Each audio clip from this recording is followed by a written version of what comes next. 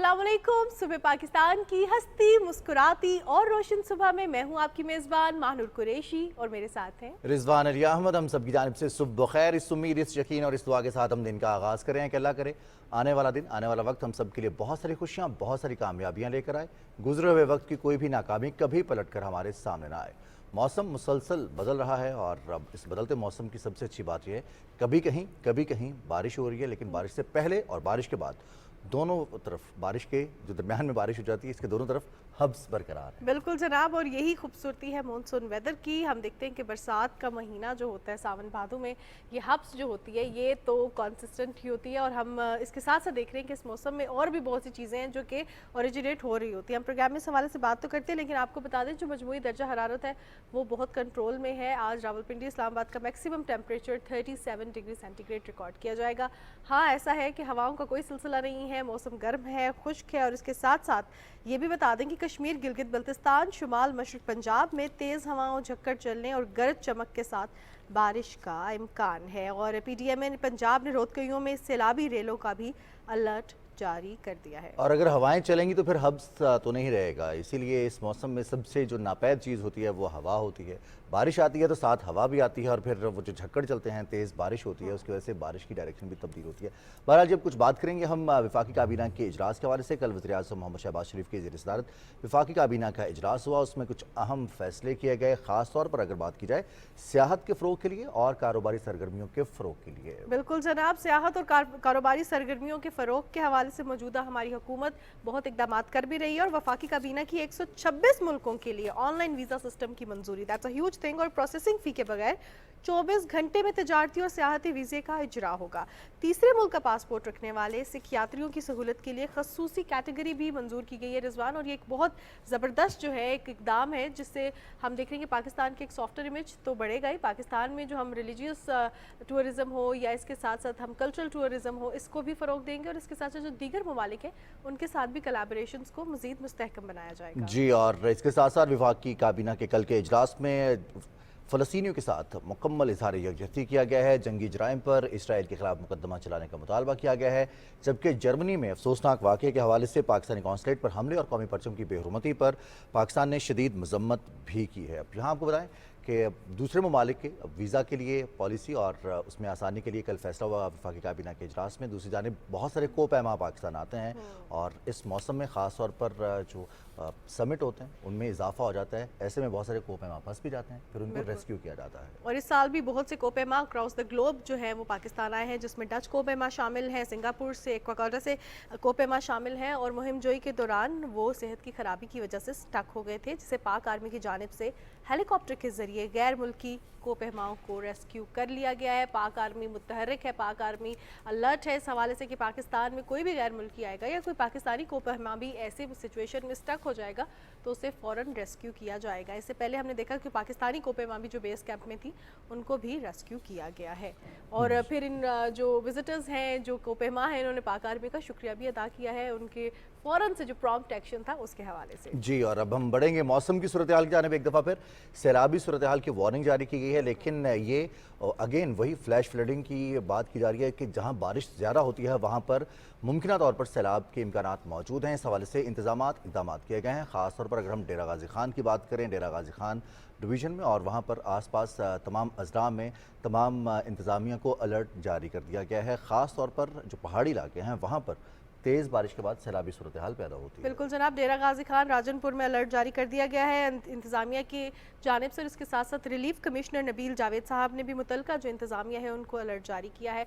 अब इसमें कौन कौन से इदारों के साथ कोलैबोरेटिव काम चल रहा है, पीडीएम में पंजाब क्या काम कर रहा है, इस पर बात करेंगे। हमें डायरेक्टर पीडीएम में पंजाब हमीदुल्लाह मलिक साहब ने ज्वाइन किया है। हमीदुल्लाह मलिक साहब, प्रोग्राम में आपको खुशामदीद कहते हैं और आपसे जानना चाहेंगे हाई अलर्ट पर जिस तरह डेरा गाजी खान और इसके साथ साथ राजनपुर है, और कौन कौन से एरियाज़ हैं जो हाई अलर्ट पर हैं।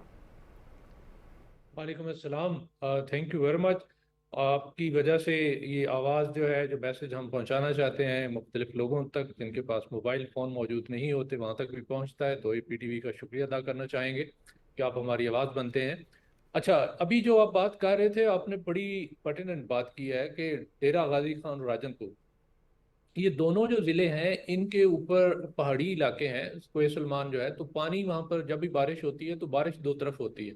एक फ्रंट साइड पे होती है जो पंजाब की तरफ है, और दूसरी बैक साइड पे होती है जो बलूचिस्तान की तरफ है। और वो किला सॉरी आता है, डिस्ट्रिक्ट बारखान आता है, कोलू आता है, और मूसा खेल, और फिर आगे डेरा बूटी आता है। तो बाद औक़ात बारिश फ्रंट पे नहीं होती, बैक साइड पे होती है, वो अचानक पानी आ जाता है, वो फिर इसलिए हमें उनके साथ भी रब्ता करना पड़ता है। अभी आप जिक्र कर रहे थे प्लानिंग के हवाले से, तो प्लानिंग इसके लिए पहले हम दरियाओं की तरफ ज़्यादा तवज्जो थी कि वो ज़्यादा नुकसान करते थे। अब वो काम तकरीबन पिछली दफ़ा हमने इस पे बात भी की थी कि हमने तकरीबन जो मेन दरिया हैं तीन, उनको बाकायदा जियो मैप कर लिया है लोगों पे, जो जियो लोकेशन के साथ उनके फ़ोन नंबर वगैरह, एक हमारा राब्ता हो गया है उनके साथ। तो कोई भी किसी किस्म का भी वेदर अलर्ट होता है तो हमारा मैसेज जा रहा होता है। बल्कि मैं आप चाहूँगा कि आप लोगों के फ़ोन नंबर भी उसमें शामिल कर दिए जाएं, ताकि आप लोगों तक भी वो जो वेदर अलर्ट हैं वो पहुंचते रहें। अच्छा, जो बैक साइड पे होते हैं ना, जो पहाड़ की बैक साइड पे बारिश होती है, तो वो पानी फिर अचानक आ जाता है। तो उस सिलसिले में अभी यह है कि हमने पूरे का पूरा जितना एक हिल टॉरेंट्स हैं, तकरीबन 13 हिल टॉरेंट्स हैं, 7 डेरा गाजी खान में है और 6 राजनपुर में है। तो वो उनका बैक साइड जो बनती है वो जाता है पिछली तरफ बलूचिस्तान की तरफ। तो हमने उनके साथ अब रब्ता कर लिया है, उनकी कमेटीज बना दी हैं लोकल लेवल पे, कमेटीज बना दी हैं। और वो उसमें 5 मेंबर होते हैं, जिसमें हमारे रेवेन्यू वाले भी हैं, एग्रीकल्चर वाले भी हैं, उसमें इमाम मस्जिद भी है, स्कूल टीचर भी है, कोई जो वहाँ के लोकल कुछ एक्टिविस्ट होते हैं वो भी उसमें शामिल होते हैं। वो बाकायदा तौर पर नोटिफाई कर दिए गए हैं। अब खुदा न खास्ता कोई ऐसी सिचुएशन होती है तो टॉप जो पहला स्टेशन होगा वहाँ से मैसेजिंग शुरू हो जाएगी, एंड तक जो है वो सबको पता चल जाएगा कि इतना पानी पीछे आ रहा है। तो अपनी अपनी तैयारी पहले से उन्होंने की हुई है कि ऐसी सूरत में लेवल का बताते हैं, उस लेवल के हिसाब से तैयारी की, इतना लेवल का पानी होगा तो आपने फलां जगह शिफ्ट हो जाना है, और अगर इतने लेवल का पानी होगा तो आपने फलां जगह शिफ्ट हो जाना है। तो पहले से कैंप्स और बाकी चीज़ें जो है ना तैयार, उसके लिए सारा कुछ तैयारी की हुई है। और उनके जानवरों के लिए, क्योंकि इनका जो जरिया मुआश है वो ज़्यादातर ये जानवर रखते हैं ये पहाड़ों के। और अगर आपका उस साइड पे गुजर हुआ हो तो डेरा गाजी खान से जब आप जाते हैं गुद्दू की तरफ, तो राजनपुर ये जो रोड है, मेन रोड जीटी रोड, इससे राइट साइड पे जो हिस्सा आता है तो पहाड़ों और उसके दरमियान में, और वो दरमियान में नहरें भी आती हैं, तो इसके दरमियान में जितने भी लोग हैं तकरीबन उनका जो पेशा है वो कुछ थोड़ा सा सलाबा ज़रात भी है, बाकी वो उनके जानवर हैं, उन्होंने रखे भेड़ बकरियां हैं, ऊँट हैं, गाय भी हैं। तो वो फिर उनको भी साथ उनके लिए भी वहाँ पर हमने बाकायदा तौर पर इंतज़ाम कर दिया हुआ है। और ऐसी सूरत हाल के लिए बाकायदा उनके जो कैंप्स हैं उनको पता है, किसी भी मौजा या बस्ती वाले जो लोग हैं उनको पता है कि अगर हमें यहाँ से शिफ्ट होना है तो कौन सी जगह पे हमने जाना है, वो सबको अब पता है। और बाकी लोकल जो हमारे कन्वेंशनल मीन्स हैं वो भी हमारे, अगर खुदा ना खास्ता मोबाइल तो अब हम हमारे पास हैं ही तकरीबन काम करते, कुछ एरियाज हैं जहाँ पर मोबाइल काम नहीं करते, तो वहाँ पर फिर कन्वेंशनल मीन्स जो है हमारे, जो मॉस्क अनाउंसमेंट है, मस्जिद एक बड़ा इंस्टीट्यूशन है, तो वो भी हमने सब उसमें शामिल कर दिया हुआ, तो लोगों को उसके बारे में बता भी दिया हुआ है, नोटिफाई हो चुके हैं, लोगों को पता है इस हवाले से। तो ये उस हवाले से तैयारी है। बिल्कुल अब सही है अगर हमीदुल्लाह मलिक आप साहब। अब हम देखते हैं कि ये रोद कोहियाँ पहली दफ़ा तो यहाँ पर सैलाबी सूरत हाल होगी नहीं, और आने वाले दिनों में इंतजाम बेहतर से बेहतर होते जाएंगे। अब डाटा इतना इंपॉर्टेंट है कि यहाँ पर बसने वाले लोग कितनी तादाद में हैं, उनके पास माल मवेशी कितनी तादाद में है, फसलें कौन सी हैं, इन सब को भी शामिल किया गया है तमाम तर इंतजाम से पहले। हाँ, ये अपना बड़ा दिलचस्प सवाल है और बहुत अहम सवाल भी है।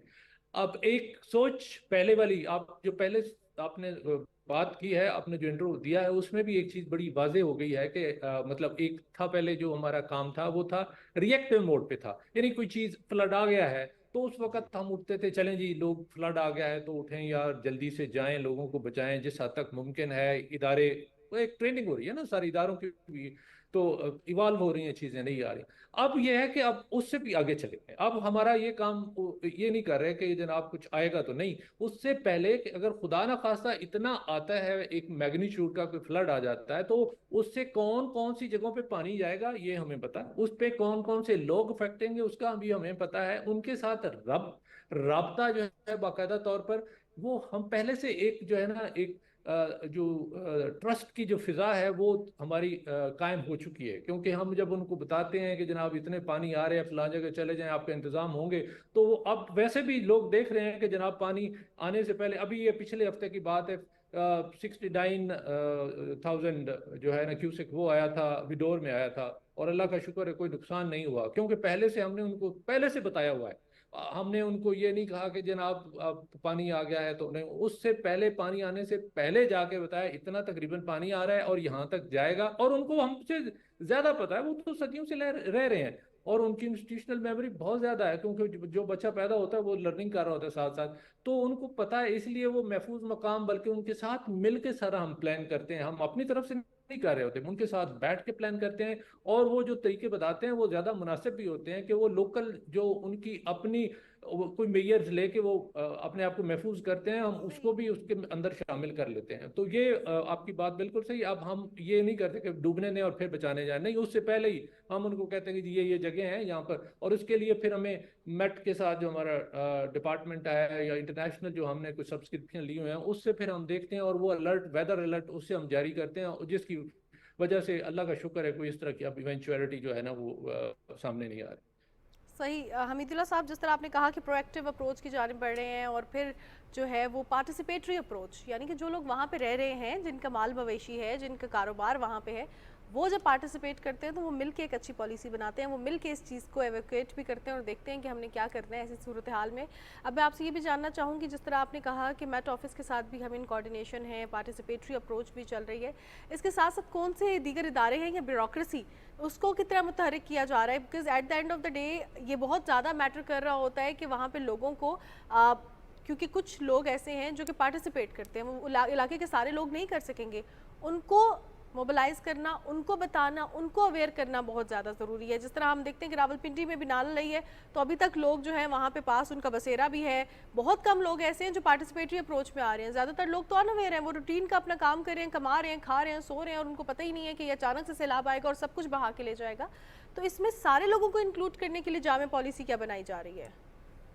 अच्छा, इसमें ना एक चीज़ है, एक तो फ्लड प्लान की पॉलिसी बनी है, देख 2016 की है, 2019 की है, वो उसके अंदर अच्छा इसमें यह कि ये लोगों की अपनी ज़ाती ज़मीनें हैं, और वो अपना रोज़गार है उनका, उसे तो किसी को कोई तकलीफ भी नहीं होती, ना कोई एतराज़ भी होता है। लेकिन जब वाटरवेज जो है ना, जहाँ पर पानी ने गुजरना है, जो गुजरगाहें हैं उनको रोकते हैं, तो फौरी तौर पे जो स्टेट है वो हरकत में आ जाती है, उसमें डिपार्टमेंट जो है वो खास तौर पर रेवेन्यू डिपार्टमेंट है, इरिगेशन डिपार्टमेंट है, और उसके साथ जो फिर लॉ इन्फोर्समेंट एजेंसी है वो साथ शामिल हो जाते हैं, और फिर इस तरह की जो कुछ सूरत हाल है फिर उनको बताते हैं भाई इसका नुकसान आपको क्या होगा। मिसाल के तौर पर वाटरवे में अगर कोई बिल्डिंग बन गई है, तो वो बिल्डिंग जो है उसकी वजह से अब ऑब्स्टिकल बनी है, तो पानी फैलेगा इधर उधर, वो एक एक बिल्डिंग की वजह से हो सकता है पूरा का पूरा जो गांव है, बस्ती है, वो उसका नुकसान हो जाए।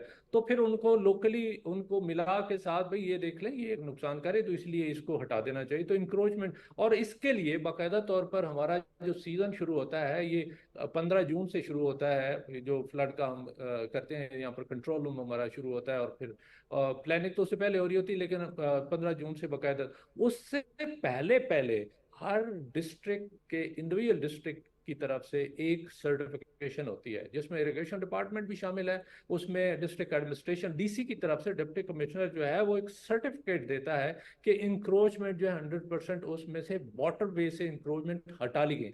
ये हमारा पूरे का पूरा जो प्लान है उसका एक बाकायदा एक एलिमेंट, इंपॉर्टेंट एलिमेंट है, कंपोनेंट है, कि जो हर हर साल 15 जून से पहले पहले हर जो डिप्टी कमिश्नर है फिर उसने देना होता है। अच्छा, फिर आप इस पे बात खत्म नहीं होती, वो सर्टिफिकेट है, चले जी साइन कर रहे जमा करवा दिया, ये नहीं होता। फिर उसके बाद ये उसकी एक थर्ड पार्टी वैलिडेशन हो बाकायदा तौर पर, और ये सिर्फ इन की नहीं होती कि जो इंक्रोचमेंट है उसके साथ जो फ्लड प्रोटेक्शन बंद है या बाकी जो इंफ्रास्ट्रक्चर है उसकी भी होती है। फिर एक जॉइंट मॉनिटरिंग होती है, जिसमें हमारे साथ इरिगेशन डिपार्टमेंट भी है और CNW भी है, और उसके साथ फिर आर्मी की भी जहाँ जहाँ उसमें डिफेंस के हैं वो शामिल हो जाते हैं, वो भी हमारे साथ शामिल होते हैं। तो एक जॉइंट वेंचर होता है। तो एक इदारा अगर हो तो हो सकता है कहीं पर कोई थोड़ा सा सुस्ती हो सकती है, लेकिन जब 4-5 इदारे इकट्ठे हो जाते हैं तो फिर काम जो है वो तो इस तरह का होना फिर मुश्किल हो जाता है, फिर तैयारी मुकम्मल होती है।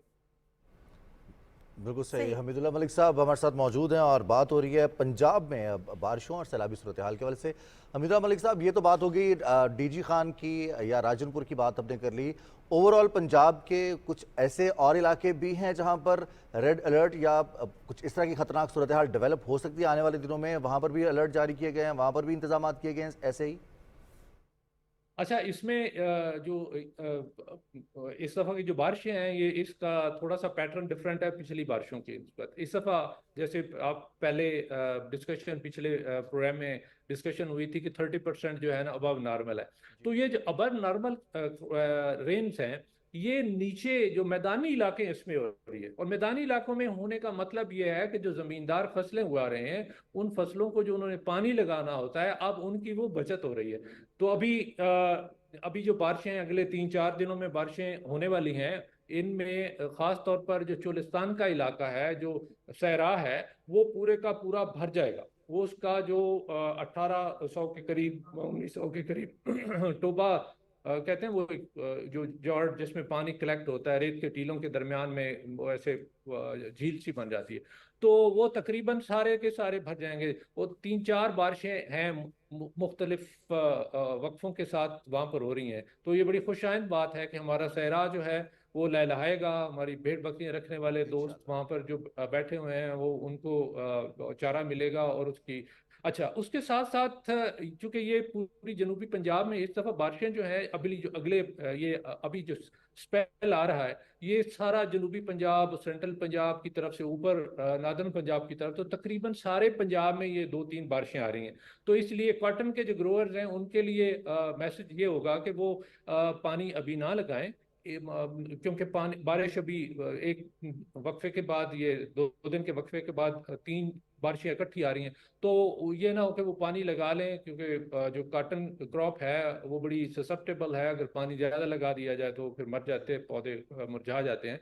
तो उसके लिए फिर उनको बताने की ज़रूरत है कि जी आप पानी अभी फौरी तौर पर ना लगाएं। अलबत्ता अभी वो अपने स्प्रे वगैरह करना चाहें तो आज और कल में तो कर सकते हैं, क्योंकि बारिश कल से स्टार्ट हो रही है।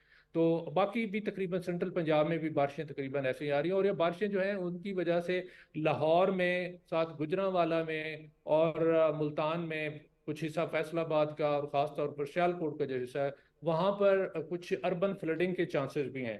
तो हमने उनसे बाकायदा एक मूव जो है वो चलाई थी डिसिल्टेशन की, जो नलाज हैं और जो ड्रेनेज सिस्टम है। तो वो सब ने तकरीबन कर दिया। एक दफ़ा नहीं, 2-2 दफ़ा उन्होंने उसको रिपीट किया है। लेकिन फिर भी चूंकि आजकल सीज़न ऐसा है, बारिशें हो रही हैं, तो घास जल्दी बड़ी हो जाती है, या कुछ लोग जो हैं वो कचरा वगैरह फेंक देते हैं। तो वो सफाई का उनको हम बार बार कहते रहते हैं। तो साफ रहें तो मेरा अंदाज़ा इतना बड़ा प्रॉब्लम नहीं होगा। अच्छा, इसमें एक रिक्वेस्ट जो है वो शहरी इलाकों के वो लोग जहाँ पर पानी इकट्ठा हो जाता है, लो लाइंग एरियाज हैं जहाँ पर अर्बन फ्लडिंग होती है, उनसे खास तौर पर रिक्वेस्ट है कि वो अपने घरों का कचरा जो है उसको बास्केट में बाहर रखें, नीचे ना रखें। क्योंकि जब बारिश आएगी, पानी होगा, तो उसमें वो तैरता हुआ वो कहीं गटर के अंदर या किसी सीवर लाइन में चला गया तो बंद कर देगा। ऐसे ही बिल्कुल जो बड़ी बिन्स पड़ी होती हैं, कचरा फेंकना है अगर फर्ज करें बाहर, तो जो LWMC की जो बिन्स हैं, तो वो उसके अंदर जाके फेंके, बाहर ना फेंकें। उससे यह है कि जो ब्लॉकेज है वो नहीं होगी, और सीवर पानी जो है वो थोड़ी टाइम लग जाएगा, 1-2 घंटे लग सकते हैं, 3 भी लग सकते हैं, और डिपेंड करता है। अगर 10-15 mm तक बारिश होती है तो वो रूटीन में चला जाता है, इतना ज़्यादा इम्पैक्ट नहीं आता। लेकिन अगर फर्ज करें 20 से ऊपर चली जाती है तो फिर हो सकता है 20 से 40-50 तक, तो फिर 1.5-2 घंटे भी लग सकते हैं उसको क्लियर होने में। तो अगर लेकिन वो हमीदुल्ला पहले साहब, से ये आपने ब्लॉक बहुत हुई हो खास तो फिर बात कही है, प्रॉब्लम हो क्योंकि ये सकता है। तो तो हमारी इसलिए सिविक खास तौर। रिस्पॉन्सिबिलिटी है कि हमने जो है कचरा इस तरह बाहर नहीं फेंकना। हमने जो अपना ड्रेनेज सिस्टम है, हम हमेशा जो है हुकूमत के हवाले से बात कर देते हैं, इंतज़ामिया के हवाले से बात कर देते हैं, लेकिन ये नेग्लिजेंस हमारी अपनी है कि हम क्या करते हैं। और फिर बारिशों में जब हमारे वो नाले या गटर उबलना शुरू हो जाते हैं तो हम जो है इंतज़ामिया पे इल्ज़ाम धरना शुरू कर देते हैं। बहुत शुक्रिया हमीदुल्लाह मलिक साहब, आपकी कीमती वक्त था। हमारे साथ डायरेक्टर PTI पंजाब हमीदुल्लाह मलिक साहब मौजूद थे। प्रोग्राम का सिलसिला आगे बढ़ाएंगे और थोड़ा सा खेलों के मैदान का रुख कर लेते हैं। पहले दुनिया घूम के आते हैं, पेरिस चलते हैं और उसके बाद आएंगे पाकिस्तान। अच्छा, मैं समझा कि शायद आप बात कर रही हैं स्क्रैबल चैंपियनशिप की। चलें पेरिस चलते हैं जी, वहाँ पर ओलंपिक्स एक दिन रह गया और कल से आगाज़ होगा इफ्तिताही तकरीब के। तमाम तरह इंतजाम मुकम्मल कर लिए गए। बड़ी मुनफरद इफ्तिताही तकरीब हो रही है इस मरतबा और सुना है तमाम के तमाम, बल्कि देखा भी है अभी तक जो रिहर्सल्स हुई हैं उसमें तमाम की तमाम जो एथलीट्स हैं उनको ओलंपिक्स विलेज में पहुँचा दिया गया है। लेकिन अब ये जो पानी आप देख रहे हैं, जो नहरें आप देख रहे हैं, यहाँ पर करीब करीब तमाम जितने भी एथलीट्स हैं उनको कश्तियों की सवारी के ज़रिए जो ओपनिंग सेरेमनी है वहाँ तक पहुँचाया जाएगा। बिल्कुल जनाब, और उसके पीछे एक थीम इनकी इन्वायरमेंट भी है। और इसके साथ साथ हम देखते हैं जब दुनिया भर से सयाह यहाँ पे जा रहे हैं, दुनिया भर से एथलीट्स पेरिस जा रहे हैं, फ्रांस का रुख कर रहे हैं, तो यहाँ पे एक सिविक रिस्पॉन्सिबिलिटी लोगों की भी आयद होती है, हुकूमत की भी आयद होती है, स्टेट की भी आयद होती है कि वो जो हमारे मसाइल हैं उनको भी इस तरह की गेम्स के ज़रिए उजागर करें। और हम देख रहे हैं किस तरह उजागर भी किया जा रहा है। अब जहाँ पे हम उजागर करने के हवाले से बात करते हैं तो रिजवान ने बात की थी स्क्रैबल चैंपियनशिप की, और हम बड़ा ऑनर फील करते हैं जब हम पाकिस्तान के इंडोर गेम्स के हवाले से जो हमारे खिलाड़ी हैं उनके बारे में जिक्र करते हैं, जो कि हमारे अनसंग हीरोज़ थे, लेकिन they are no more unsung because we are singing them loud aloud. और हम देख रहे हैं कि जिस हद तक पाकिस्तान की जो इंडोर गेम्स हैं वो आगे बढ़ रही हैं, दैट्स क्वाइट अमेजिंग। अमेरिका में जाके अमेरिकी खिलाड़ी को हराना ये पाकिस्तानी ही कर सकते हैं। वसीम खत्री ने ये कारनामा सर अंजाम दिया है। जोशुआ कैस्टेलानो, ये उनसे मुकाबला होगा अब, जबकि चैंपियनशिप में बरतानवी और कनाडा के चैंपियंस भी हिस्सा ले रहे हैं। Waseem Khatri North America Scrabble championship के फाइनल में पहुंच गए हैं और अब फाइनल में उनका मुकाबला अमेरिकी स्क्रैबल प्लेयर से होगा। तो ये वो एक लम्हा है जिसमें हम देखते हैं कि मुंतज़िर होते हैं फ़ाइनल में पहुंचना और फिर फ़ाइनल के लिए क्वालिफाई करने के बाद फ़ाइनल जीतने की ना सिर्फ उम्मीदें बल्कि मेहनत करना, और ये एजाज़ पहले दफ़ा नहीं, इससे पहले भी वसीम खत्री हासिल कर चुके हैं। बिल्कुल जनाब, अब कुछ जिक्र करते हैं। आज के दिन का 25 जुलाई है और हम देखते हैं कि रूटीन में आगाही के हवाले से बहुत से दिन मनाए जाते हैं, मुख्तलिफ़ चीज़ों की आगाही, लेकिन आजकल के मौसम में इस बात को, इस दिन को मनाने का मकसद ये है ताकि आपको गाइड किया जा सके। अक्सर औकात हम खबरें ऐसी सुन रहे होते हैं कि किसी नदी नहर में गए, किसी दरिया में गए, घूमने फिरने गए और वहाँ पे जाके डूब गए, और हम एहतियाती तदाबीर इख्तियार नहीं करते। एहतियाती तदाबीर सिर्फ ये होती हैं कि साथ एक बोर्ड लगा होता है जिस पर लिखा होता है कि स्विमिंग अलाउड नहीं है, लेकिन हम फिर भी छलांग मारते हैं, हम फिर भी वही काम करते हैं और अपनी जान की बाजी हार जाते हैं। आज 25 जुलाई है और आज डूबने से बचाव का आलमी दिन है, वर्ल्ड ड्राउनिंग डे है। इस हवाले से हमारे पास एक रिपोर्ट भी है, लेकिन रिजवान उस पर जाने से पहले एक और चीज़ मैं कहना चाहूँगी कि जो हमें डूबने से बचा रहे होते हैं, हमारे रेस्क्यूअर्स जो होते हैं, लोकल जो वहाँ के लोग होते हैं या हमारे प्रॉपर प्रोफेशनल रेस्क्यूअर्स होते हैं, उनको खिराज तहसीन पेश करना बहुत ज़रूरी है। इसके साथ साथ अगर हम ये देखें कि न सिर्फ नहरों में, नदी नालों में, बल्कि समंदर में भी बहुत सारे लोग डूब जाते हैं और इनमें बड़ी तादाद उनकी है जो तारकीन वतन होते हैं, गैर कानूनी तरीके से दूसरे ममालिक जाने की कोशिश करते हैं, और इनमें बड़ी तादाद बच्चों की, ख़वातीन की और फिर मर्द हजरात की आती है। तो आज के दिन के हवाले से ये रिपोर्ट देखते हैं।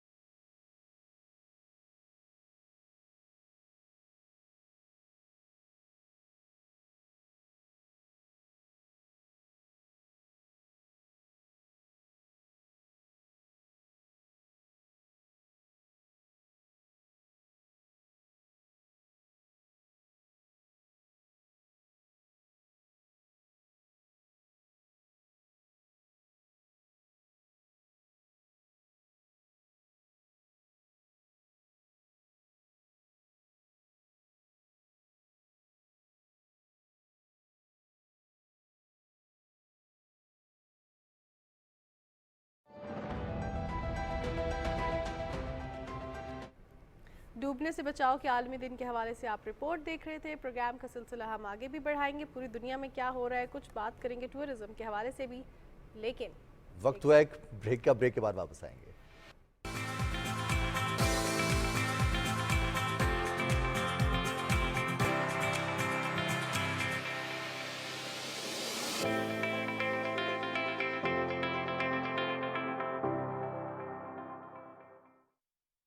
मॉनसून की आमद है।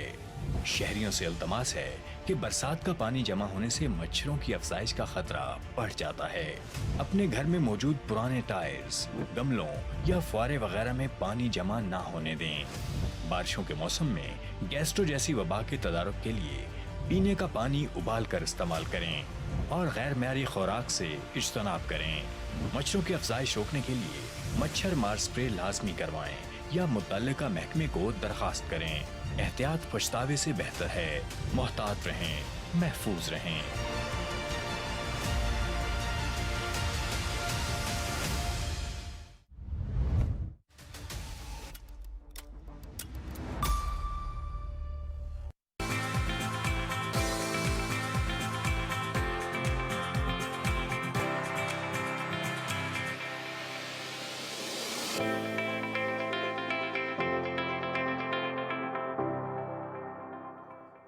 आगे आगे आगे आगे।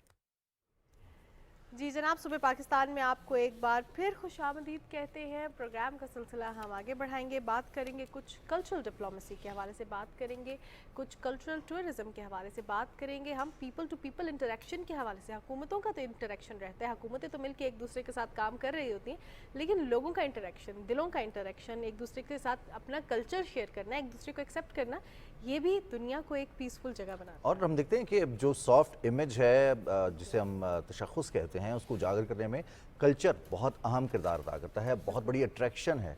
मुख्तलिफ ममालिक में मुख्तलिफ खित्तों के जितने भी सकाफ़त है उसको देखने के लिए विजिटर्स विज़िट करते हैं। सियाहत अब पूरी दुनिया में एक बहुत बड़ी इंडस्ट्री भी बन चुकी है, लेकिन इसके बावजूद जब बिज़नेस टू बिज़नेस बात की जाती है, कारोबारी हजरात का मिलना, एजुकेशन की बात की जाती है, और फिर उसके बाद जो बाकी कोलैबोरेशंस हैं उनमें तमाम शोबा जाए, चाहे वो मेडिकल हो, चाहे वो इंजीनियरिंग हो, चाहे वो इंफॉर्मेशन टेक्नोलॉजी हो, या फिर हम देखते हैं कि तारीख़ी हवाले से लोगों को मालूमात हासिल करनी हो, अपने जो मकामात हैं, मजहबी मकामात हैं, वो देखनी हो, तो उसमें सकाफ़त बहुत अहम किरदार अदा करती है।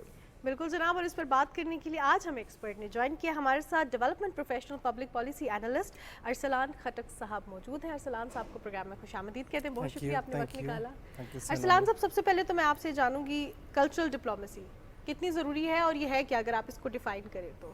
देखिए, कल्चर तो उसके लिए हमें सबसे पहले समझना पड़ेगा कि व्हाट इज़ कल्चर, कल्चर की क्या अहमियत है। देखें, आप जब भी दुनिया में कहीं भी विज़िट करते हैं तो सबसे पहले जो आपका इंटरेक्शन आता है उनके कल्चर से आता है। बिल्कुल। उनके कल्चर, उनके रहन सहन से, उनके तौर तरीक़ों से, उनकी लाइफस्टाइल से।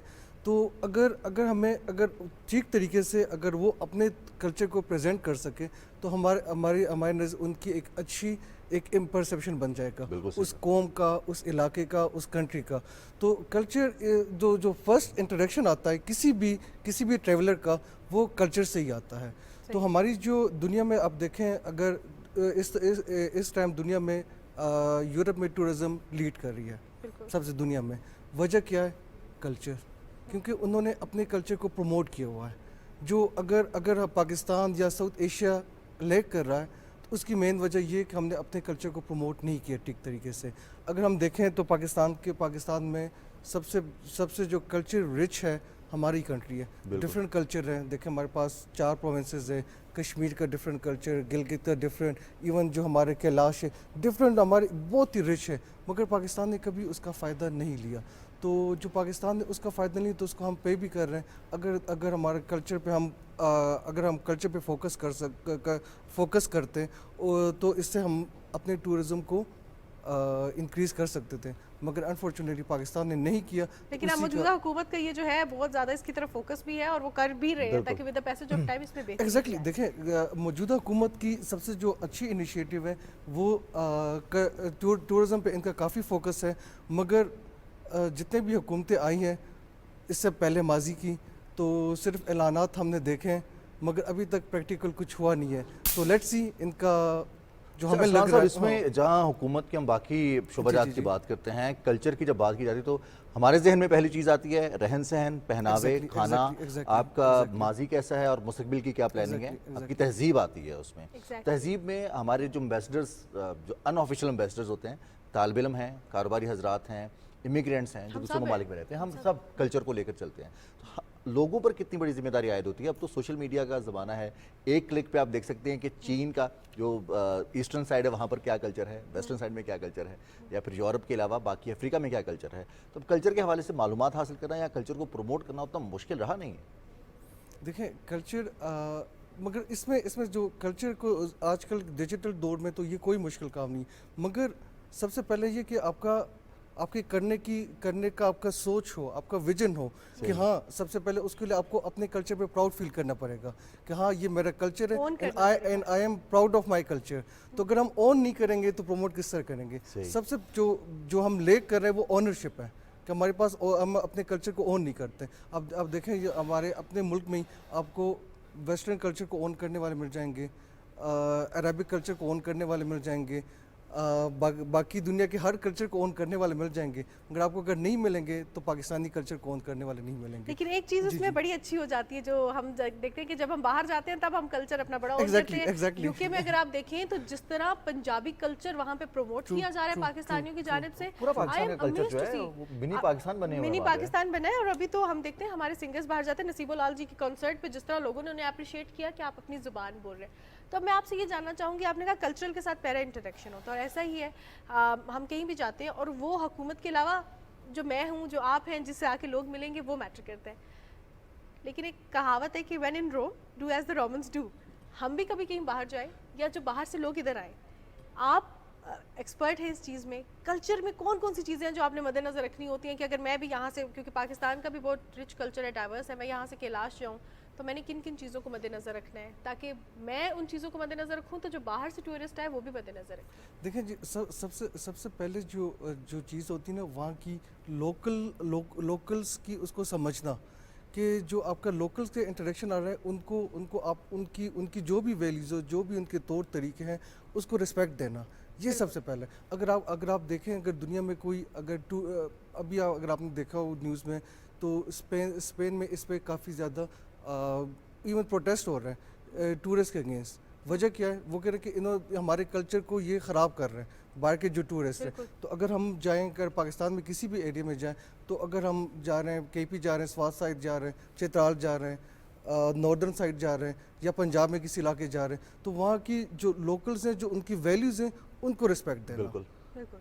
ये नहीं कि मैं यहाँ से चला जाऊँ तो अगर मैं पंजाब चला जाऊँ तो मैं उनको कहूँ कि नहीं, पश्तून का कल्चर बहुत ज़बरदस्त है और आप में कल्चर में ये नहीं है, ये नहीं, हम ये करते हैं। तो सबसे पहले उनकी कल्चर को, उनकी वैल्यूज़ को रिस्पेक्ट देना। और कितनी खुशी की बात होती है जब आप देखते हैं कोई भी दूसरे मुल्क से आया हो, वो अरब ममालिक से हो, वो यूरोप से हो, वो अमेरिका से हो, अफ्रीका से हो, जब वो उर्दू बोलने की कोशिश करते हैं, हमारे खाने कि वो हमारे साथ बैठ कर प्रैक्टिस करते हैं या फिर सीखते हैं कि कैसे खाना बनाना है, या फिर वो लिबास पहनते जो हम पहनते हैं, कितनी खुशी होती है, अपनायत महसूस होती है।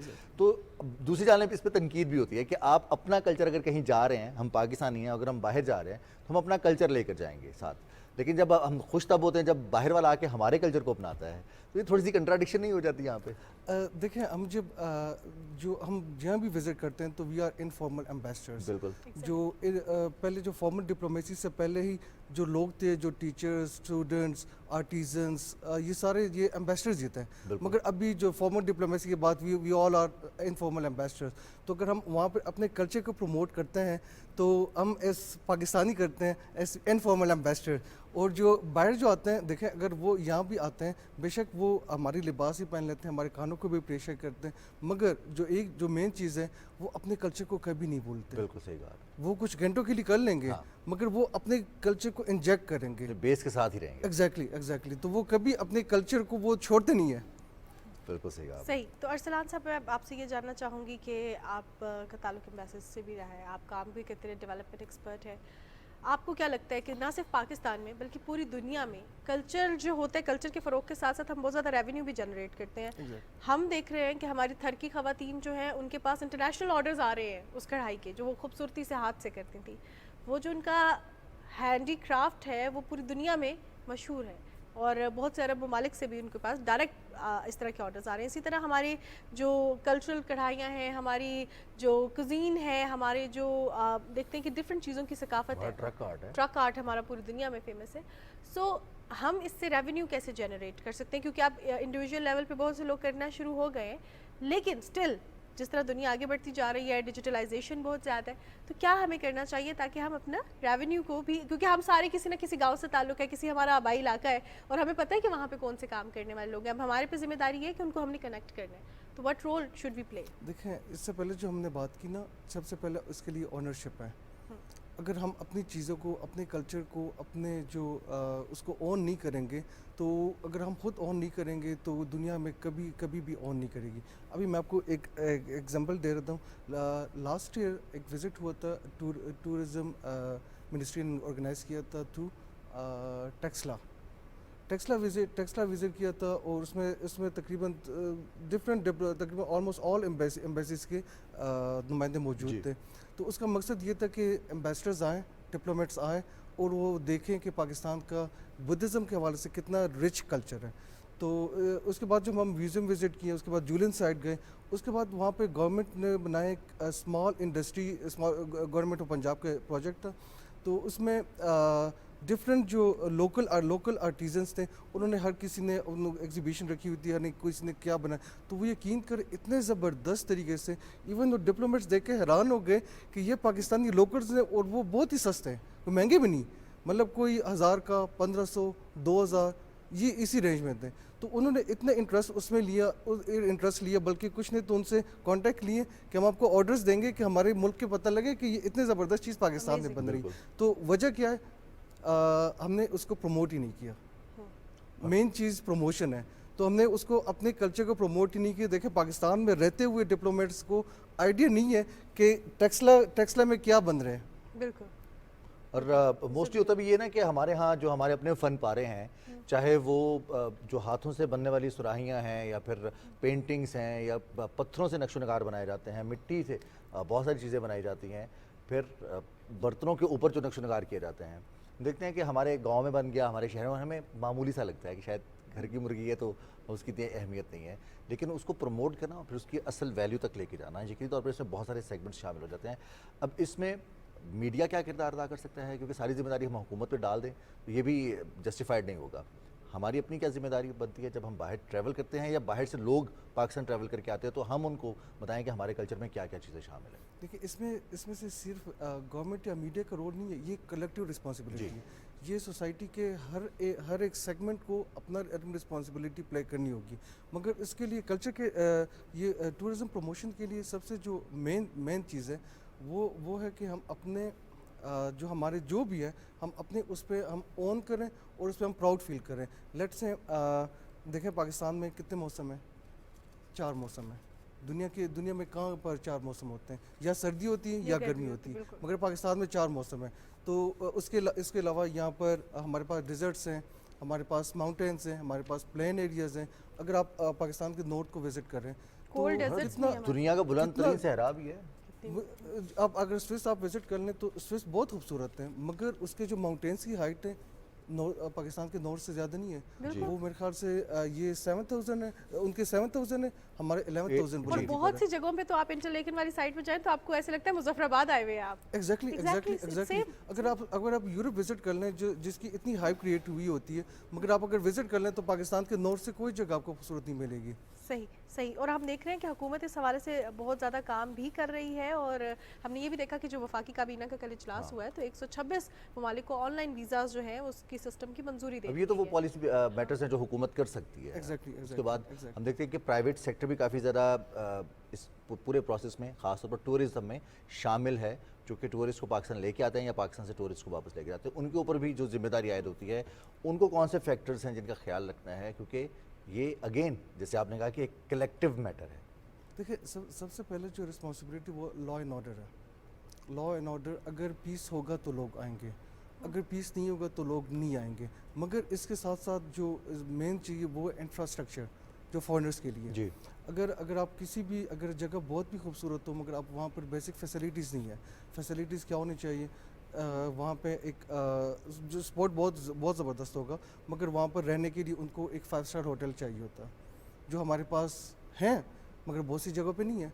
अच्छा, अगर बहुत सी जगहों पे होटल की ज़रूरत नहीं होगी, मगर वहाँ पर वाशरूम की ज़रूरत होगी, जो वाशरूम नहीं होंगे। तो एक फॉरेनर्स के लिए अट्रैक्ट करने के लिए मेरे ख्याल से सबसे पहले हमें पहले लॉ एंड ऑर्डर और उसके बाद इंफ्रास्ट्रक्चर पे काम करना होगा।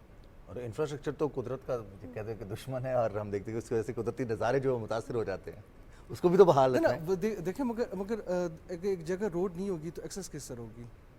सही सही। सही। और हम देख रहे हैं कि अब तो ऐसा इंफ्रास्ट्रक्चर भी बनाया जा रहा है, जैसे हम देख रहे हैं कि कॉस्ट इफेक्टिव भी है, बिजली की भी बचत कम हो, बड़ी बड़ी खिड़कियां हो ताकि डे टाइम में आपको लाइट ना ऑन करनी देखिए, पड़े। अगर अभी गवर्नमेंट ऑफ पंजाब मेरे ख्याल से एक इनिशिएटिव ने लिया हुआ है, वो पिंडी टू मरी रेलवे ट्रैक पे काम कर रही है। जी। तो उससे अगर ये बन गया, इंफ्रास्ट्रक्चर बनेगा, तो इससे कितना फ़ायदा होगा? अगर अभी हम अक्सर देखते हैं कि वहाँ पर गाड़ियों का रश बन जाता है, गाड़ी ज़्यादा हो, अगर हमारे पास जाने के लिए एक अच्छी फैसिलिटी होगी तो गाड़ी ले जाने की ज़रूरत ही नहीं पड़ेगी। बिल्कुल, और इनएक्सपेंसिव भी है, और इसके साथ Exactly, साथ एनवायरनमेंट के लिए भी बहुत अच्छा है। अरसलान साहब, एट द एंड आपसे रिक्वेस्ट करूंगी, हमारे देखने वालों के लिए, सुनने वालों के लिए कोई पैगाम देना चाहें? बस मैं सबको यही पैगाम देना चाहूँगा कि खुश रहें और खुशियाँ बांटें, और और जो है वो टूरिज्म को फरोग दें। बहुत शुक्रिया अरसलान खटक साहब, हमारे साथ प्रोग्राम में मौजूद थे। और ये पैगाम जितने भी इनफॉर्मल एम्बेसडर्स हैं, आप कहीं भी जाते हैं, अपने शहर से दूसरे शहर जाते हैं या अपने मुल्क से दूसरे मुल्क जाते हैं, तो ये जिम्मेदारी हम सब पर आयद होती है। बिल्कुल जनाब, एक और जिम्मेदारी भी अभी है और उसकी इंस्ट्रक्शन आ चुकी है, और वो है न्यूज़ ब्रेक। तो न्यूज़ ब्रेक की जाने बढ़ते हैं और उसके बाद प्रोग्राम का सिलसिला आगे बढ़ाएंगे।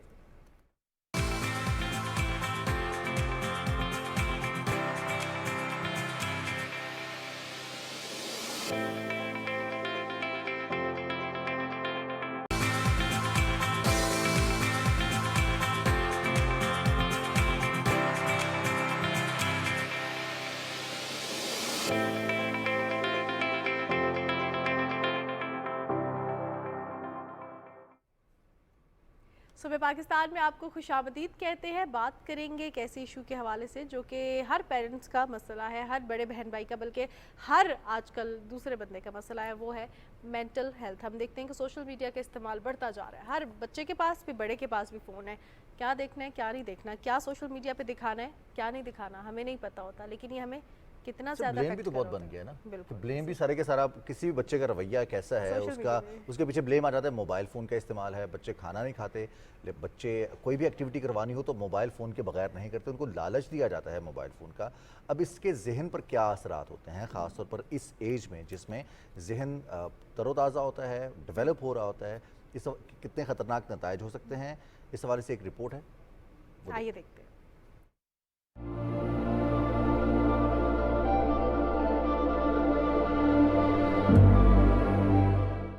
खबरदार, स्क्रीन का गैर जरूरी इस्तेमाल आपके बच्चे की जहनी सेहत तबाह कर सकता है।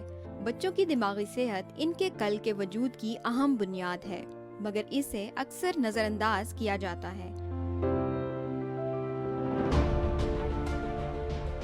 आज की तेज रफ्तार दुनिया में और खास तौर पे आलमी वबा कोरोना के बाद स्क्रीन का इस्तेमाल बढ़ गया है।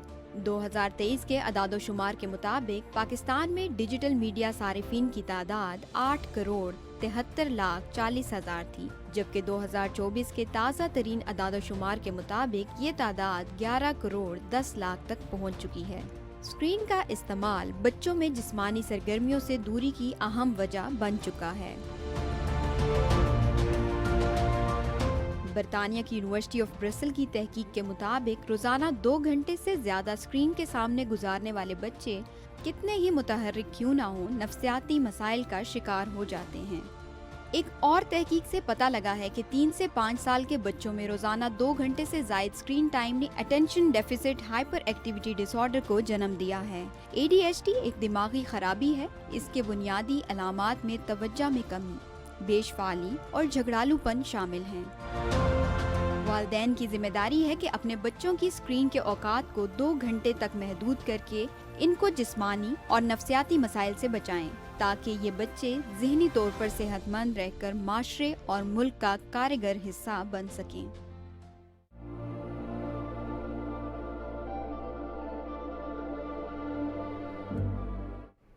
जी जनाब, रिपोर्ट आप देख रहे थे। डिजिटल मीडिया का जो इस्तेमाल कर रहे हैं बच्चे, स्क्रीन का इस्तेमाल कर रहे हैं, वो उनकी दिमागी सेहत को किस तरह मुतासर कर रहा है। लेकिन एक ऐसी चीज़ जिसको हम कहते हैं आर्ट, वो आपको सुकून देती है, वो आपकी थेरेपी होती है। जब हम मुश्किलात का शिकार हो जाते हैं ज़िंदगी में, आर्ट देखना और आर्ट को परफॉर्म करना हमें बहुत ज़्यादा रिलैक्स कर देता है। और इसी तरह हमारे दरमियान कुछ आर्टिस्ट भी होते हैं जिनका बहुत ज़बरदस्त और यूनिक काम होता है। बिल्कुल। और जब हम बात करते हैं एक्टिविटीज़ की, बच्चों को मोबाइल फ़ोन क्यों दिया जाता है, इस हवाले से आपने रिपोर्ट देखी कि उनको कहीं ना कहीं किसी ना किसी तरीके से पेरेंट्स ने अगर अपने लिए वक्त निकालना है तो उनको मोबाइल फ़ोन दे दिया जाता है या बच्चों को इन्वॉल्व करने के लिए।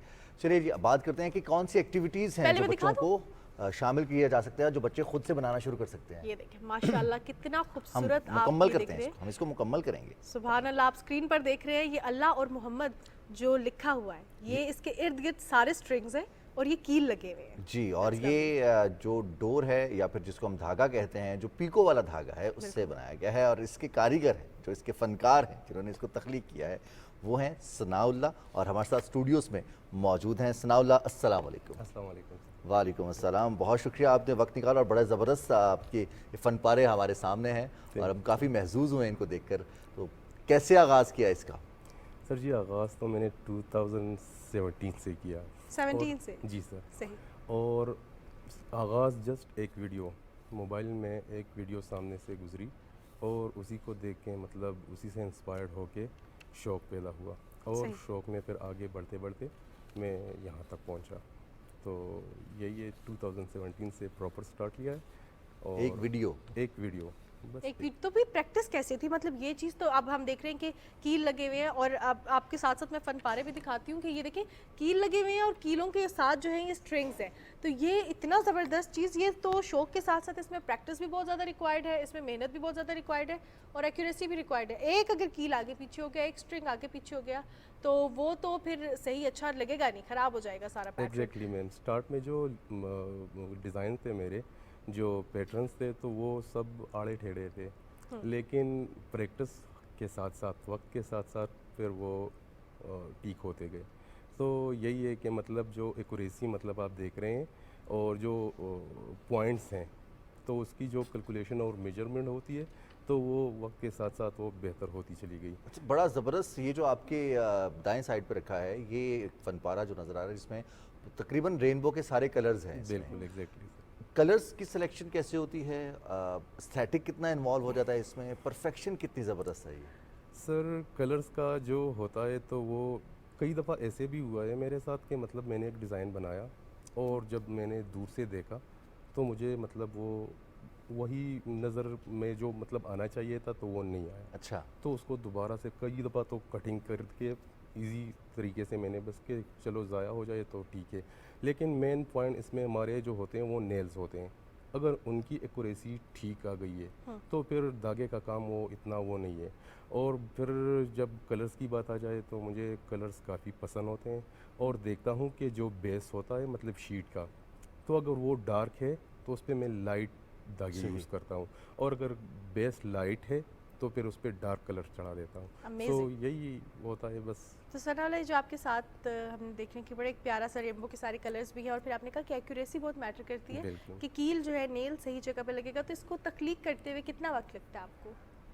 वो द मोस्ट कॉमन क्वेश्चन जो होता है वो मुझसे यही पूछा जाता है, लेकिन मैं कहता हूँ कि ये साइज़ और डिज़ाइन पे डिपेंड करता है जो टाइम लेता है। अब मेरे पास जो पड़ा हुआ है तो इसको मतलब कंटिन्यूसली अगर मैं बताऊँ तो वो 10 to 12 आवर्स लेते हैं। अच्छा। हाँ जी। और मतलब लेकिन कंटिन्यूसली तो वो कर ही नहीं मुमकिन सकता। नहीं है। तो वो मतलब एक आध दिन 2 दिन, लेकिन मेरी कोशिश होती है कि जितना जल्दी फिर मैं वो कवर कर सकूँ तो वो अच्छा, फ़न नफासत का नाम है। हम देखते हैं कि स्ट्रिंग्स, चाहे वो ये वाली स्ट्रिंग्स हो जो इसमें नज़र आ रही है हमें, या फिर जो इनके करीब रखा हुआ है उसमें, या फिर ये जो हमारे बोर्ड पर आपको नज़र आ रहा है इसमें भी स्ट्रिंग कलर्स चेंज होते हैं। एक ही स्ट्रिंग में सारे कलर्स तो नहीं होंगे। बिल्कुल अब definitely। स्ट्रिंग को स्ट्रिंग के साथ मिलाना, धागे से धागा जोड़ना और नफासत भी बरकरार रहे, ये कितनी देर में सीखा आपने? और इसके पीछे वो कहते हैं कि राज क्या है कि धागे को धागे से गिरा इस तरह दी जाए कि पता ना चले? पीछे रास्ता जो है वो तो शौक़ है। अच्छा। शौक़ जब मतलब आप में आ जाए ना कुछ करने की, और फिर वो वक्त के साथ साथ बेहतर से बेहतर करने की, तो वो फिर आ ही जाता है। और धागे को धागे से मिलाना तो, और जितनी नफासत इसमें आपको नज़र आ रही है, तो मैंने कहा कि मतलब स्टार्ट में वो इतने अच्छे नहीं लग रहे थे। मतलब अच्छा। अब अगर मैं उसे देखूं तो उस वक्त जब मैंने बनाए तो कुछ वो वंडरिंग सी फील हुई थी मुझे, लेकिन अब जो देखता हूँ उनको तो मुझे हंसी आ जाती है उस पर कि अच्छा। मतलब ये मैंने क्या बनाया है। लेकिन वो क्या है ना कि वक्त के साथ साथ आपने वो सीढ़ी से सीढ़ी मिला के फिर बेहतरी आपने आती अब है। देखिए ना मानूर, इनमें से किसी के ऊपर भी हमें कहीं पर भी ये नज़र नहीं आ रहा कि ओवरलैपिंग है। कहीं ओवरलैपिंग हो या फिर कहीं गिरा लगी हो नज़र आ रही हो। बिल्कुल, और वाकई गिरा कहीं नज़र नहीं आ रही और जितने अच्छे तरीके से सारी बाइंडिंग हुई हुई है, दैट्स रियली अमेजिंग। तो सनाउल्लाह, मुझे ये बताइएगा कि जिस तरह वक्त के साथ साथ अपने काम में भी बेहतरी आई, लोगों के काम में भी क्या बेहतरी लानी है, उनको भी सिखा रहे हैं? कोई स्टूडेंट्स हैं आपके या कुछ ऐसे अफराद हैं जो सीखना चाहते हैं? शौक तो मतलब ज़ाहिर कर रहे हैं स्टूडेंट्स तो मतलब इसके हवाले से इंस्टाग्राम पे मेरा एक पेज है सना स्ट्रिंग के नाम पे, तो उस पर मुझे काफ़ी मैसेजेस आ रहे हैं कि हमें शौक़ है और मतलब हमें सीखना है। लेकिन बेसिकली मैं जब ये काम करता हूँ तो वो घर पे करता हूँ, ठीक है मैम। और जब भी मुझे वक्त मिले तो मैं उसको मतलब काम करने में लग जाता हूँ। ऐसा कुछ स्पेसिफिक टाइम नहीं है कि मतलब मुझे इस टाइम से इस टाइम तक काम ही करना है, सही। क्योंकि घर के काम भी होते हैं, मतलब जॉब भी होता है मेरा, तो उसके साथ साथ फिर मुझे जैसे मतलब थोड़ा बहुत वक्त मिलता है तो मैं इसको दे देता हूँ। तो वो नहीं कर सकता मैं, क्योंकि उसके लिए एक प्रॉपर सी मतलब प्लेटफॉर्म होनी चाहिए और प्रॉपर टाइम होना चाहिए कि बंदे के सही। पास के मतलब यहाँ से यहाँ तक मुझे ये टाइम देना है अपने स्टूडेंट्स को। तो उस हवाले से तो वो मैनेज करना मेरे लिए इजी नहीं है। बिल्कुल बट क्या है कि मुझे मतलब शौक़ है तो घर में जब भी जैसे ही मुझे टाइम मिलता है तो फिर मैं इसमें लग जाता तो हूँ। आपके घर में तो फिर सारी दीवारों पर तमाम कमरों में आपके ही जो फन पारे वो नजर आते होंगे, ऐसे एग्जीबिशन ही होगी घर के अंदर। एग्जैक्टली वो ऐसे ही है, लेकिन फिर बाज़ दफ़ा फैमिली मेम्बर जो होते हैं वो क्या बना रखा है, मतलब इसकी सफाई और इसकी मेंटेनेंस घर में बन रहा है ना इसलिए। तो वो तो मतलब मुश्किल है, हटा दो मतलब थोड़े बहुत लगा दो अच्छा। ठीक है, बेटर है। लेकिन ये क्या जब जहाँ से भी गुजरो तो मतलब कील दागे और डिज़ाइन तो वही है कि बस सारे कलर्स घर में बिखरे पड़े हुए हैं। फनकारों के साथ घर में होता है ऐसे ही है कि घर में आपने जो फन पारा तख्लीक किया उसकी पीछे जितनी मेहनत होती है, जो रॉ मटेरियल होता है, उसको देखकर तो ऐसे लगता है कि ये क्या है, लेकिन जब वो तख्लीक हो जाता है तो वो इतना ही खूबसूरत नज़र आता है जितना आपको इस वक्त हमारे स्टूडियो में नज़र आ रहा है। बिल्कुल, और एक बहुत ज़बरदस्त सी बात है कि आप अपनी जॉब के बाद घर जाएं और आपका एक लेयर टाइम हो, मी टाइम हो, जिसमें आप वो करें जो आपको पसंद भी है, वो आपका पार्ट टाइम एक एक्टिविटी ऐसी भी हो जिससे आपका रेवेन्यू भी जनरेट हो रहा है, आपको अच्छा भी लग रहा है, आपकी एक बड़ी ज़बरदस्त सी हॉबी भी है और ऐसी कलरफुल हॉबी है जो कि आपकी ज़िंदगी में आपके घर में रंग बिखेर देगी। अब ये जो रंग होते हैं, जिस तरह रिजवान ने भी आपसे पूछा कि रंग के साथ रंग मैच करना, ओवरलैपिंग ना हो, ये आपकी शख्सियत की, आपके मूड की अक्कासी कर रहे होते हैं। जब आप परेशान होते हैं तो हम मुख्तलिफ रंग इस्तेमाल करते हैं, खुश होते हैं तो रंग मुख्तलिफ होते हैं, और ज़िंदगी भी यही है, फेजेस आते हैं हमारी ज़िंदगी में, रूटीन में, दिन में हम देखते हैं हमारे कितने मूड चेंज होते हैं। आपको ऐसा लगता है कि जब आप अपने एक्सप्रेस कर रहे होते हैं, कोई भी रंग इस्तेमाल करते हैं, तो वो आपकी शख्सियत पर उसका असर होता है? एग्जैक्टली मैम, मुझे मतलब बाज़ दफ़ा ऐसे भी होता है कि मतलब जब मैं टेंशन में होता हूँ, मतलब कुछ हज़ार बातें सामने ऐसे आती है कि मतलब तो फिर मैं इस काम में लग जाता हूँ। लेकिन जब मैं टेंशन में होता हूँ तो टेंशन में मेरा काम और भी ज़्यादा निखर आता है, और भी निखर के आता है। और भी निखर, क्योंकि सारी फोकस मतलब वो अच्छा दूसरी बात वो ये कि टेंशन भी मतलब वो ख़त्म हो जाती है इसके साथ। सो कलर जो होते हैं ना, तो मुझे मतलब मेरे पास कई सैकड़ों टाइप के वो पड़े हुए हैं जो ये पीको वाले धागे हैं। तो बाज़ दफ़ा मुश्किल हो जाता है, मतलब मैं गिन गिन के निकाल लेता हूँ, फिर उसमें से फिर वो रख के फिर निकाल के, बस मेरी कोशिश होती है कि जिस तरह से जैसे भी परफेक्ट होना चाहिए, जो भी हो मतलब, लेकिन परफेक्ट हो। अच्छा, और बना के ना सबसे पहले मैं अपने बड़े भाई को दौड़ के वो दिखा देता हूँ कि अच्छा। भाई मतलब अच्छा उनकी तरफ से अगर अप्रिसिएशन ज़ाहिर है वो देते हैं, क्योंकि इसने इतना वक्त लगाया है, तो मतलब अच्छा भी नहीं है तो वो मेरे दिल रख हौसला अफजाई लेते हैं। रखने के लिए कहते हैं। लेकिन जब उनकी तरफ से मुझे अप्रिसिएशन मिलती है और वो ऐसे ही सोच में पढ़ के मतलब तो वो मेरे लिए बहुत अच्छा वाह, ज़बरदस्त। मोमेंट होता है। सो बस उसी को देख अच्छा, के वैसे सनाउल्लाह, शौक का कोई मोल नहीं होता है, बिल्कुल, एग्जैक्टली लेकिन कीमत जिसने अपने शौक को पालना होता है या परवान चढ़ाना होता है, वो तो कीमत अदा कर रहा होता है। एग्जैक्टली अब इसको देखकर बहुत सारे लोगों की ख्वाहिश होगी कि वो भी सीखें। अब एग्जैक्टली इसमें जो धागा है, उसमें मुख्तलिफ रंगों का धागा है, बिल्कुल रेशम का धागा भी होगा यकीनी तौर पर, इसमें रेशमी धागा कर सकते हैं। धागे का कुछ वो नहीं है, आप मतलब जो वूलन धागा होता है वो भी कर सकते हैं, लेकिन वो क्या है कि उसमें मोटाई ज़्यादा होती है। सही। और मतलब अब जैसे मेरे पास जो डिज़ाइन पड़ा हुआ है, इसको देके अगर इसको वूलन से करे तो फिर वो मुश्किल होगा, इतने कलर्स उसमें फिर वो नहीं आ सकते। और दूसरी बात ये कि जो नेल से कील हैं तो उनको कवर करना फिर वो मुश्किल हो जाता है कील के लिए। सही। सो मेरी मतलब कोशिश यही है, क्योंकि इसमें शाइनिंग है इस धागे में, और दूसरी ये बात ये कि ये बहुत बारीक है, तो मतलब एक नेल से अगर मतलब 15-16 बार अगर इसको गुजार दिया जाए तो नेल पे फर्क नहीं पड़ता। ठीक है। सो दैट्स वाई कलर धागे का वो नहीं है कि मतलब आपने जस्ट पीको वाला यूज़ करना है। ठीक। तो सही। वो पूछना आपकी- चाह रहा था वो इसके कॉस्ट इफेक्टिव होने का, कि आपने शौक के लिए कितनी कीमत पे किया, और अगर हम में शौक ये डेवलप हो कि हम भी इस तरह का काम सीखें तो कितना फ्रेंडली या पॉकेट फ्रेंडली कितना है, कि कर सकते हैं इसको या नहीं कर सकते, या महंगा शौक है ये? एग्जैक्टली लेकिन क्या है कीमत का, जो आपकी नज़र में मतलब जैसे आपकी नज़र पड़ी, अगर आप में आर्ट का शौक़ है तो आपने जहन में मतलब अपने हिसाब से कीमत डन कर ली। ठीक है। तो अब ये आपकी वो मेंटलिटी पे डिपेंड करता है कि मतलब आप में शौक़ कितना है। कई दफ़ा 500 भी रख लेते हैं मेरे सामने बंदे, अच्छा। कि 500 पे दे दें। मैंने कहा भाई 500 का मिलता क्या है आजकल। सो मिलते हैं, लोग मिलते हैं, बाज़ दफ़ा कहते हैं कि 10,000 भी पे करते हैं इसके, तो भी कह रहे हैं कि ये भी कम है अच्छा। हमारे लिए, जिस तरह का आपका वर्क है ना। तो वही बात है कि मतलब कीमत का तयन आपने देखने की नज़र, देखने वाले की नज़र में होता है। Exactly. अच्छा सनाउल्लाह, मैं अब आपसे ये जानना चाहूँगी एट द एंड, क्योंकि जिस तरह हमने आपसे ये भी पूछा कि कोई अगर सीखना चाहते हैं, एक चीज़ मैंने इसकी नोटिस की है कि जो कील लगे हैं ये सारे इवन है, इवन है। इनमें से कोई कील एक ऊपर नहीं है एक नीचे नहीं है, और ये कील लगाते हुए जिस शीट पे लगा है, जिस तरह आपने कहा कि जो है वो अब 500 का क्या मिलता है, हम देख रहे हैं कि शीट भी बहुत ज़्यादा मजबूत है, थिक है। फिर इसके साथ साथ सबसे बड़ी बात ये है कि इस शीट में समटाइम्स जब कील लगाते हैं तो शीट ब्रेक हो जाती है। ब्रेक हो जाती ये है। ब्रेक नहीं हुई, क्योंकि हम हल्का सा कील लगाते हैं तो एक दरार पड़ जाती है, जाती है। और ये इतने कील लगे हैं और एक दरार भी नहीं अच्छा, पड़ी। कील का मैम आपने कहा कि एक्यूरेसी बहुत डिपेंड करती है इस चीज़ पे। मतलब एक भी कील अगर टेढ़ा लग गया तो जो सामने आपके पास डिज़ाइन है तो इसने वैसा नहीं दिखना जैसे अब दिख रहा है। और एक भी दरार पड़ गई तो हाँ, तो शीट ज़ाया हो गई। तो बेस्ट से बेस्ट चीज़ जो है ना, जैसे नेल्स तो मतलब ये स्टील नेल्स है, हाँ। लोकल मतलब आम क्वालिटी के भी मिलते हैं, जिन्हें मेखें कहते हैं। हम महंगे कहते हैं। तो वो क्या कहते हैं कि फिर वो क्वालिटी मेरी वो है कि मतलब मैं बेस्ट से और बेस्ट शाइन भी नहीं आएगी उनमें। हाँ जी एग्जैक्टली। और एक ये और जो चीज़ कील है है ये प्लेन नहीं है, इसमें थोड़े से बल हैं जो कि मैं नोटिस कर रही हूँ कि इसके पीछे मानूर, टेक्निक एक और क्या चीज़ भी है ना, क्योंकि हम किसी भी कील को या जो खासतौर पर बोर्ड में लगा हो और वो पूरी तरह से भी ना हो, हाँ। तो उसमें होता है कि जैसे आप धागा बांधते हैं और उसको खींचते हैं दूसरी साइड पर स्ट्रेच आता है तो वो कील टेढ़ा होने का अंदेशा भी है। एग्जैक्टली। ये भी एक्यूरेसी में आता इसके है। लिए वो भी मेरी नहीं होना। यही कोशिश है कि स्टील वाला मैंने प्रेफर किया हुआ है, क्योंकि उसमें वो क्वालिटी नहीं होती है टेढ़ा होने वाली। अच्छा। स्टील होता है ना।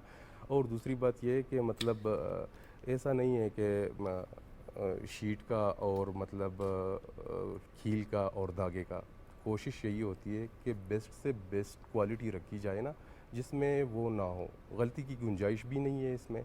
और क्वालिटी अगर मतलब लो क्वालिटी के टूल्स अगर मैं यूज़ करूं या मतलब जो सामान होता है इसके, तो फिर वो मतलब ऐसी एक्यूरेसी नहीं आनी और ऐसा मतलब डिज़ाइन नहीं बनने वाला। तो क्वालिटी प्रेफर करता है। बहुत बहुत ज़बरदस्त काम कर रहे हैं आप माशाल्लाह। यकीनी तौर पर आज हमारी आंखें तो खैर हुई हैं, बहुत सारे लोगों का भी दिल खुश हुआ होगा, उनकी आंखें जो हैं वो यकीनी तौर पर इन तमाम कलर्स को देखकर उनको भी सुकून मिला होगा कि दुनिया में ऐसे काम भी हो रहे हैं, ऐसी चीज़ें भी तख्लीक हो रही हैं जो कि इंसान को हैरान भी करती हैं और खुश भी करती हैं। बैक वक्त दोनों कॉम्बिनेशन बन जाता है कि हम खुश भी हैं, हैरान भी हैं कि इतनी ज़बरदस्त चीज़ और ऐसे भी मुमकिन है।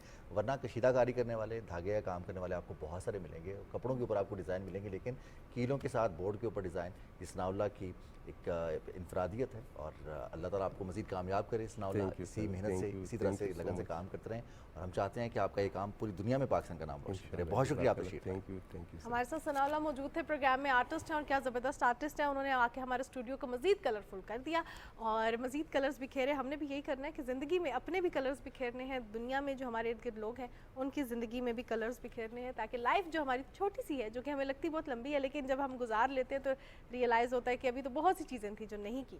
तो वो सारी चीज़ें करें लेकिन अच्छे काम करें, कोई उल्टा काम करके मेरे पे इल्ज़ाम ना डाल दीजिएगा। मानूर ने कहा था जी, मानूर ने कहा था कर जो लें, मर्जी छोटी करें। सी ज़िंदगी है, छोटी सी ज़िंदगी में कर लें। अब छोटी सी ज़िंदगी में अपनी खुशी का बायस और दूसरों की खुशी का जो बायस बने उस पर फोकस कीजिए। ब्रेक ले लें। बिल्कुल जनाब, ब्रेक लेते हैं और फिर प्रोग्राम का सिलसिला हमने आगे बढ़ाना है।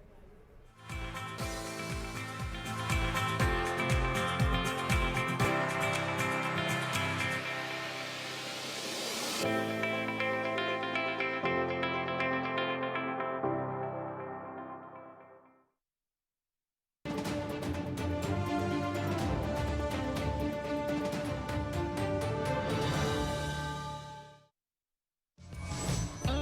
पाकिस्तान म्यूजिक वीडियोस मुकाबला 14 अगस्त 14 लाख नकद। अगर आपके सुरों से आती है आजादी की महक तो अपने बेहतरीन मिल्ली नगमों की वीडियोस 9 अगस्त तक हमें भेज दीजिए। मुंतखब गाने 1 अगस्त से 14 अगस्त तक PTV पर नश्र किए जाएंगे। तो आज ही वतन के नाम अपनी मोहब्बत को नगमे की शक्ल दीजिए।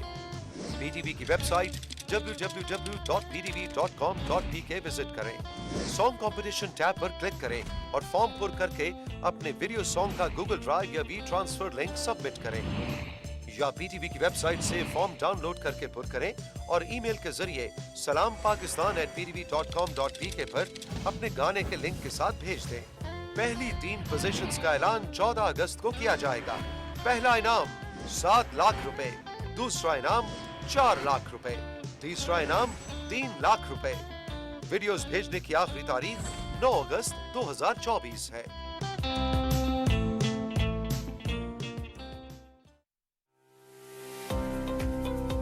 कुदरती नेमतों दुनिया के अंदाज बदल गए। अहम इश्यूज के ऊपर हम लोग बात ही नहीं करते। कि देखनी है कि इसके पीछे जिम्मेदार कौन है।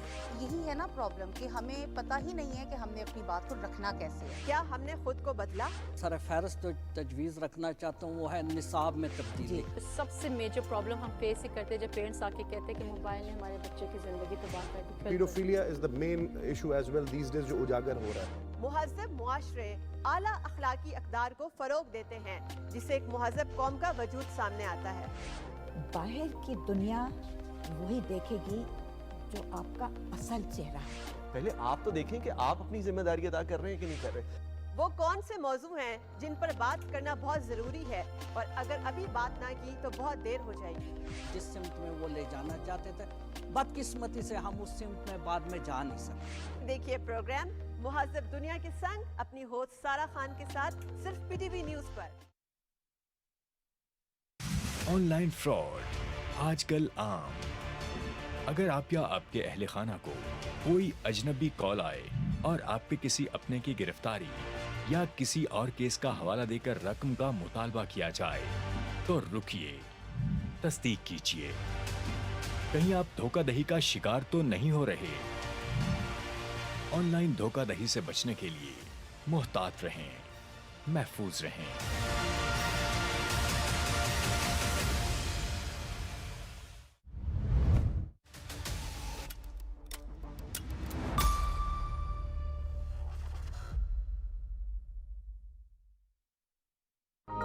परदेश में बसने वाले पाकिस्तानियों के लिए PTV का एक खास तोहफा। अब सिर्फ UK और USA में ही नहीं, दुनिया के किसी भी कोने से आप PTV ग्लोबल की नशरियात देख सकते हैं। PTV ग्लोबल ऐप के जरिए, जहां आपको मिलेगी चैनल की लाइव स्ट्रीमिंग प्रोग्राम्स का हफ्तावार शेड्यूल और प्रोग्राम लाइब्रेरी। तो चाहे अपना पसंदीदा ड्रामा देखना चाहें, कोई शो या डॉक्यूमेंट्री, ये सब किसी भी वक्त आपके मोबाइल फोन, टेलीविजन या लैपटॉप पर अवेलेबल है। तो अभी डाउनलोड करें PTV ग्लोबल मोबाइल ऐप और परदेश में पाएं अपने देश का कंटेंट।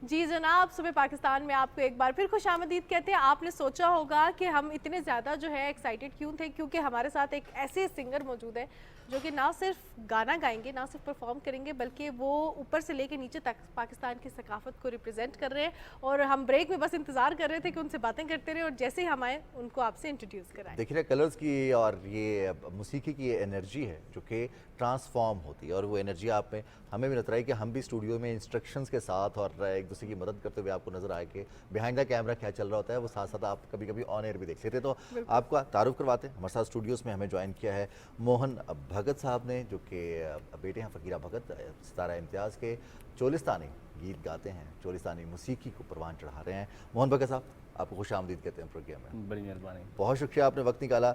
सबसे पहले तो हमारे नाज़रीन को बताइएगा कि चोलिस्तानी मौसीकी ये कितनी रिच है, कितनी ज़बरदस्त है, और आप सुनाएंगे क्या आज हमें?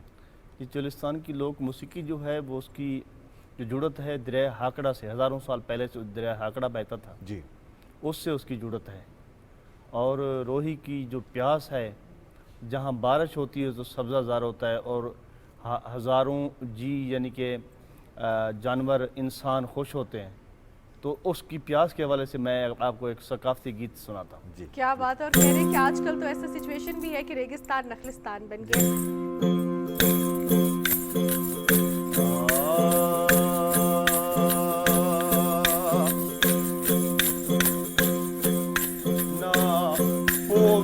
सजान नखेरे जुल रोही लाऊं दे रे, जुल रोही लाऊं दे रे।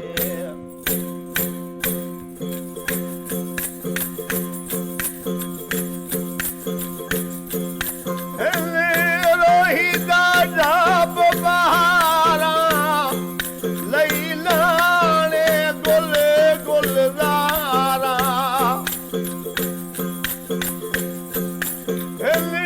रोही दा जब बहारा लैला ने गुलजारा, पे घू घू कर दिल गेरे, जुल रोही लाऊं दे रे, जुल रोही लाऊं दे रे। ना पोविन सजान नखेरे जुल रोही लाऊं दे रे, जुल रोही लाऊं दे रे।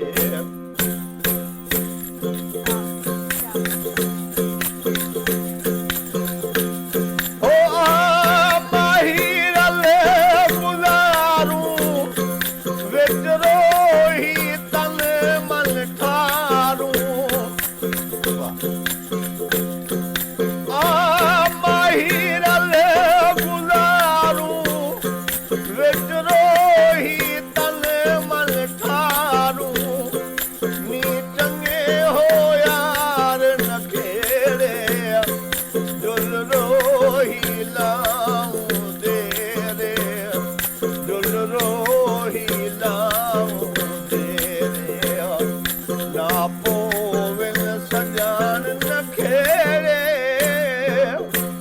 वाह, क्या बात है, क्या बात है, ज़बरदस्त। और ये यकीनी तौर पर खुशी का गीत है। और जो हम देखते हैं मानूर के खासतौर पर जो लोग अपने इलाके से दूसरे इलाकों में गए होते हैं, नौजवान होते हैं रोज़गार की तलाश में, तालीम की तलाश में, जब वो इस तरह के गीत सुनते हैं तो उनका दिल चाहता है कि वो वापस जाएं अपने इलाके में। और बाहर के इस ये जो मौसम है जिसमें हर तरफ जैसे आपने कहा नखलिस्तान बना होगा, तो उस नज़ारों से फिर बचपन को याद। और कहा जाता है कि चोलिस्तान में इंसानों के साथ साथ मोर भी नाच उठे। ये जो मौसम है और इसमें बारिश हो रही है, जब बारिश होती है तो चरंद परंद हर चीज़ खुश होती है। बिल्कुल बिल्कुल। अच्छा, मैं मोहन साहब आपसे ये भी जानना चाहूँगी, ये जो आपने साज उठाया हुआ है इसको क्या कहते हैं, और ये जो हाथ में है आपके इसको क्या? ये है यकतारा।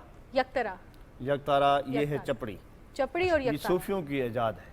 अमेजिंग। अच्छा, तो आप इसका मिलाप रूह से होता है, सूफी रंग से होता है। Okay okay. इसमें इसको एकतारा भी कहते हैं, यकतारा भी है। तो कब से मौसीकी से वाबस्ता हैं आप, और कितनी नस्लों से? 25 साल से लोक मौसीकी से वाबस्ता हूँ। पाकिस्तान में Lok Virsa, Sindh culture department Karachi, PTV centre Lahore, Multan, radio Pakistan ने मुझे बहुत प्रमोट किया। अच्छा। हेडक्वार्टर में एज ए म्यूज़िक सुपरवाइज़र भी रहा हूँ। अच्छा। तो इस्लाम यूनिवर्सिटी बालपुर में एज ए म्यूज़िक कंसल्टेंट पर भी काम कर चुका हूँ। बहुत सारे इंटरनेशनल प्रोग्राम कर चुका हूँ पाकिस्तान। माशाल्लाह। सही। दुबई भी परफॉर्म किया है। सही, यानी कि पाकिस्तान में और पाकिस्तान से बाहर आपने पाकिस्तान के कल्चर को उजागर किया है। तो इस हवाले से स्टूडेंट्स भी होंगे, सिखा भी रहे होंगे, जिस तरह आप वैसे भी म्यूज़िक कंसल्टेंट रहे हैं, वैसे तो फॉर्मली सिखाते ही रहे, लेकिन अपने इलाके का जो अब का नौजवान है जो वहाँ पे बड़ा हो रहा है, उसके हाथ में मोबाइल भी है, उसको पता है पूरी दुनिया में क्या हो रहा है, फिर अपने म्यूज़िक के साथ इन टच रहना, इस हवाले से क्या कर रहे हैं आप? नहीं, ये जो एक धरती का सच्चा है ना, धरती की खूबसूरती है, वो कभी ढकी छुपी नहीं होती। बिल्कुल सही कहा। जो भी आ जाए, पॉप म्यूज़िक आ जाए, मोबाइल आ जाए, कैमरा आ जाए, इस यानी कि ये जो मौसीकी हम गाते हैं इसका रूह से ताल्लुक़ है। बिल्कुल। इसका धरती की मिट्टी के खुशबू के साथ जुड़त है, सूफ़ी के साथ जुड़त है, ख्वाजा फरीद के साथ जुड़त है। तो इसमें इस मौसीकी को ज़िंदा रखना, कायम रखना बहुत सारी कुर्बानियाँ भी मांगती है, बहुत सारी मुश्किलात भी देखनी पड़ती हैं। बिल्कुल। फिर लोगों को, जैसे मानूर ने कहा कि अब मोबाइल भी है, डिजिटल दौर है, लोगों के पास इस बड़ी हवाले ऑप्शन से है। रोही की खूबसूरती के हवाले से बहुत सारे शायर अभी कलाम लिख रहे हैं। अच्छा। जिसमें प्रोफेसर जहांगीर मुखलिस साहब हैं, सदारती अवार्ड याफ्ता, और अशू लाल सराकी वसेब का बहुत बड़ा शायर है, अमानुल्लाह अरशद, शबीर रोहला जिसका मैंने अभी गाया, तो और भी बहुत सारे शोरा कराम है, इशराक बलाच है। तो ये खूबसूरती हमेशा ज़िंदा रहनी चाहिए, रहेगी। हमें कोशिश कर रहे हैं कि जब भी पॉप म्यूज़िक अपनी जगह पे काम करे तो हम अपनी लोक मौसीकी जो सदियों पुरानी है उसको ज़िंदा रखें। उसके हमारी धरती की हवाएं और हमारी धरती की खुशबू जिंदा रहेगी। बिल्कुल। और आपकी जो म्यूज़िक है, जो आपकी परफॉर्मेंस है, इसमें आपकी धरती की खुशबू आती भी है। तो मैं आपसे फिर दरख्वास्त करूंगी कुछ और अगर आप प्लीज़ सुनाना चाहें। कुछ ऐसा जो कि मोहन भगत के दिल के बहुत करीब है।